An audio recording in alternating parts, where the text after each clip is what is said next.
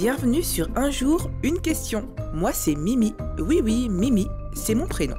Chaque jour, je réponds à une question. Prépare-toi à voyager avec moi et à découvrir plein de choses. On ne va pas s'ennuyer, tu verras. D'ailleurs, toi aussi tu peux participer. Clique sur le lien dans la description de l'épisode et enregistre ta question. Qui sait, peut-être que ce sera la prochaine à laquelle je répondrai. Alors, prêt pour une nouvelle aventure ? C'est parti!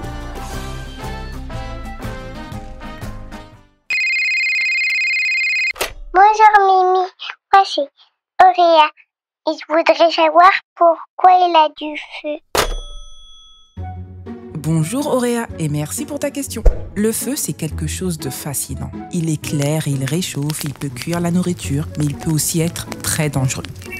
En fait, le feu n'est pas un objet que l'on peut attraper, c'est une réaction.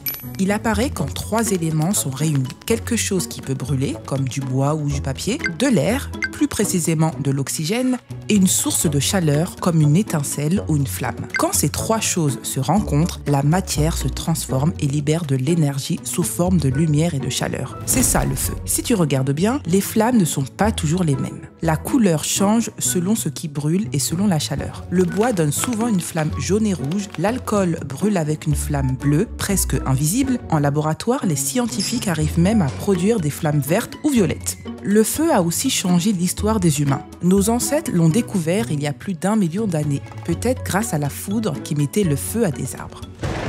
Petit à petit, ils ont appris à le conserver puis à l'allumer eux-mêmes en frottant des pierres ou du bois. À partir de là, leur vie a changé. Ils pouvaient cuire leurs aliments, s'éclairer la nuit, se protéger du froid et même tenir les animaux sauvages à distance. Et aujourd'hui, le feu est toujours utile dans les moteurs de voitures, dans certaines centrales électriques, dans les fusées. Mais bien sûr, il faut le contrôler, car un feu incontrôlé peut détruire une forêt, une maison ou même une ville entière. Et pour finir, une anecdote étonnante. Il existe des endroits sur Terre où le feu brûle sans jamais s'arrêter. En Azerbaïdjan, un pays situé entre l'Europe et l'Asie, au bord de la mer Caspienne, une colline est en flammes depuis des siècles. Du gaz sort du sol et s'enflamme dès qu'il touche l'air. C'est un spectacle impressionnant, comme une torche naturelle qui ne s'éteint jamais. À demain pour une nouvelle question. Un jour une question, du lundi au vendredi. Avec Mimi, les idées se mettent à danser. Des pourquoi rigolos, des comment rigoureux. Des petites merveilles, des trucs mystérieux. Pose ta question, ferme les yeux.